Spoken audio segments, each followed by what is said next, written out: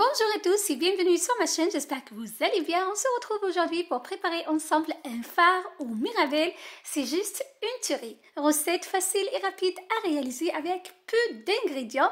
Pour plus de détails, je vous invite à regarder l'intégralité de ma vidéo. Si vous êtes là pour la première fois, je vous invite à vous abonner, de liker, de partager. Ça fait toujours plaisir. Je commence par bien dénoyauter mes mirabelles. Là, vous avez vraiment le choix de dénoyauter ou pas vos mirabelles. C'est à vous de voir. Voilà, je les dispose par la suite au fond de mon moule à tarte. J'ai rajouté à mes mirabelles des raisins secs que j'ai trempés dans de l'eau tiède environ 10 minutes, un quart d'heure. Mon fond de tarte est prêt. Je le réserve de côté pour la suite de ma recette. Pour les autres ingrédients, j'aurai besoin de 3 œufs, 70 g de sucre en poudre et 100 g de farine. J'ai utilisé de la farine sans gluten, farine de manioc.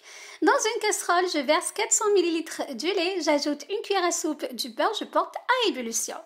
Entre-temps, dans un saladier, j'y mets les œufs, les 3 œufs, le sucre, une pincée de sel et la farine de manioc que vous pouvez remplacer par de la farine du blé. Je mélange le tout, j'ai réalisé cette recette à base de farine sans gluten. Voilà. D'ailleurs, je partage de temps en temps des recettes sans gluten, mes propres recettes que je réalise à base des farines sans gluten. Si vous êtes intéressé, je vous invite vraiment à aller les découvrir. Si vous êtes cœliaque, si vous faites juste attention à votre alimentation, je vous invite à découvrir mes recettes sans gluten. Une fois le lait et le beurre à ébullition, je le verse progressivement sur la préparation aux œufs. Je mélange au fur et à mesure, regardez la consistance de la préparation qu'on obtient.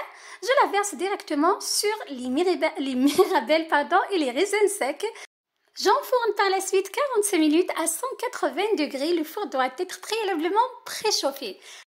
Après 45 minutes, je ressors mon fard du four. Regardez, il a une très belle coloration bien dorée. Je vous coupe pour que vous voyez la texture. Comme je disais tout à l'heure, vous pouvez garder le noyau des mirabelles si vous le souhaitez. C'était ma recette pour vous aujourd'hui. Bye bye!